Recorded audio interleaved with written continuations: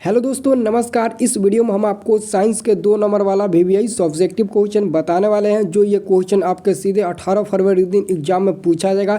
बड़ी बात यह है कि छात्रों की जब भी हम एग्जाम के टाइम में कोई भी सब्जेक्टिव किसी भी सब्जेक्ट का बताते हैं तो हूबहू वही क्वेश्चन लड़ ही जाता है। तो आप लोग बिल्कुल सही वीडियो देख रहे हो, वीडियो को पूरा देखना और एक एक सब्जेक्टिव क्वेश्चन को आप लोग याद कर लेना, ठीक है। 2 अंक वाला क्वेश्चन है, ठीक है। तो देखिए यहाँ पर हम आपको 5 बताएंगे सब्जेक्टिव क्वेश्चन 2 नंबर वाला, और 5 में से एकदम 2 है कि कन्फर्म लड़ेगा, एकदम 100% गारंटी। आप एग्जाम देने के बाद आइएगा तो देखिएगा 5 में से एकदम 2 क्वेश्चन लड़ ही जाएगा। पहला क्वेश्चन दोस्तों देखते हैं। अगर इसका पीडीएफ आपको चाहिए तो टेलीग्राम ज्वाइन कर लो, वीडियो के डिस्क्रिप्शन में लिंक है, ठीक है। अगर पीडीएफ चाहिए तो पहला क्वेश्चन है, देखिए दोस्तों, आप किताबी भाषा मत लिखिएगा बल्कि इसको अच्छे से समझ कर लिखिएगा, ठीक है। आप आसानी से और बहुत ही जल्द लिख देंगे, ठीक है। पहला प्रश्न है आपका कि यांत्रिक यात्रियों को आकाश काला दिखाई देता है क्यों। ऐसे में ऑब्जेक्टिव में तो पूछा ही जाता है कि यांत्रिक यात्रियों को आकाश दिखाई देता है, तो ऑब्जेक्टिव में रहता है काला, नीला, पीला, रेड। तो आप लोग कैसे बता देते हो कि काला दिखाई देता है, लेकिन क्यों दिखाई देता है ये 2 नंबर वाला में भी पूछा जाता है और यह क्वेश्चन इस बार पूछने वाला है।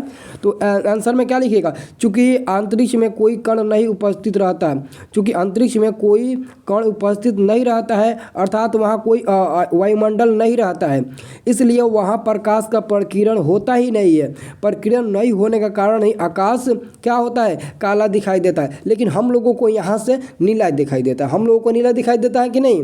और जबकि यांत्रिक्ष जो होते हैं, यांत्रिक्ष में से जो वैज्ञानिक यांत्रिक्ष करते समय आकाश को देखते हैं यांत्रिक्ष में, उनको मतलब कि काला दिखाई देता है, ठीक है। एक्चुअली में दोस्तों काला ही है, लेकिन हम लोग को मतलब कि नीला दिखाई देता है यहाँ से। अब अगला क्वेश्चन आ गया, ये पूछेगा तो आप लोग सिर्फ मतलब कि 2 शब्दों में लिखिएगा, टिंडल प्रभाव। टिंडल प्रभाव पूछेगा तो आप लोग ऐसे ही प्रश्न उत्तर लिखिएगा। देखिए कितने छात्र प्रश्न उत्तर लिखने को उनको नहीं आता है, प्रश्न उत्तर कैसे लिखेंगे। आप क्वेश्चन के नीचे प्रश्न उत्तर देखिएगा, जैसे क्वेश्चन को ऐसे मत लिखिए। क्वेश्चन पूछेगा मतलब 2 नंबर में पूछता है तो प्रश्न उत्तर 2 प्रश्न उत्तर यहाँ पर लिखिएगा और यहाँ पर 2 करके ऐसे तीर का निशान लगाकर लिखना स्टार्ट कर दीजिएगा।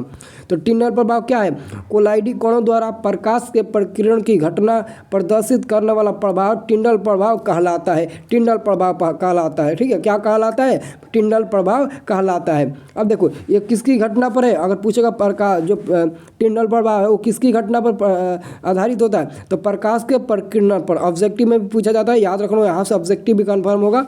अब देखो अगला क्वेश्चन है क्या, स्वच्छ आकाश का रंग नीला होता है क्यों। अब पूछ दिया वही क्वेश्चन जो हम आपको बता रहे थे कि हम लोग को आकाश नीला दिखाई देता है क्यों। तो याद रखिएगा, चूंकि हम जानते हैं कि नीले रंग का तरंग दैर्घ्य कम होता है, इसलिए इसका प्रकीर्णन अधिक होता है। याद रखिएगा, जिस रंग का तरंग दैर्घ्य कम होगा उसका प्रकीर्णन उतना ही अधिक होगा। तो नीले रंग का जो तरंग दैर्घ्य होता है ना, नीला आसमान दिखाई देता है ना, उसका तरंग दैर्घ्य कम होता है, इसलिए उसका प्रकीर्णन ज़्यादा होता है। और प्रकीर्णन ज़्यादा होता है ना, तो हम लोग के आँख पर जो उसका प्रकीर्णन पड़ता है ज़्यादा, तो रोशनी में ज़्यादा वो नीला दिखाई देता है। इसलिए नीले रंग के प्रकीर्णन अधिक होने के कारण ही स्वच्छ आकाश का रंग जो होता है वो नीला दिखाई देता है। किसका दिखाई देता है, तो नीला दिखाई देता है।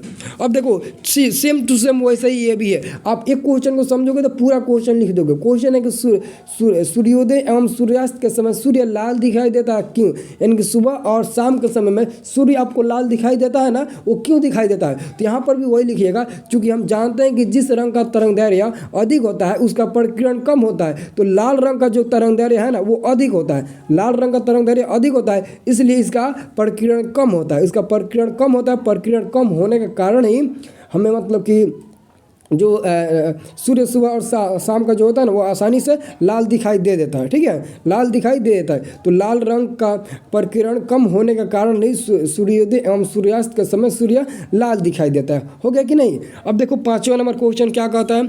5वां नंबर देखिए क्वेश्चन क्या है।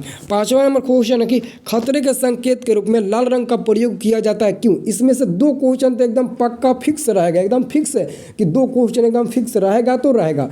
खतरे के संकेत में लाल रंग का प्रयोग किया जाता है क्यों, तो सेम टू सेम आप वही लिखिएगा जो अभी सूर्योदय एवं सूर्यास्त के समय लिखे। चूंकि हम जानते हैं कि लाल रंग का तरंग दैर्घ्य अधिक होता है, इसलिए इसका प्रकीर्णन कम होगा। लाल रंग का प्रकीर्णन कम होने के कारण ही खतरे के संकेत के रूप में लाल रंग का प्रयोग करते हैं। अब बताइए, लाल रंग का तरंग दैर्घ्य तो अधिक होता है, तरंग दैर्घ्य अधिक होगा तो उसका जो मतलब कि प्रकीर्णन होगा ना वो कम होगा। प्रकीर्णन कम होगा यानी कि दूर भी वस्तु अगर रहते, दूर भी कोई वस्तु है और वहाँ पर लाल हेडलाइट लाइट लगा रहा है तो आसानी से हम उसे देख सकते हैं। उसे आसानी से क्या करते हैं, हम उसे देख लेते हैं।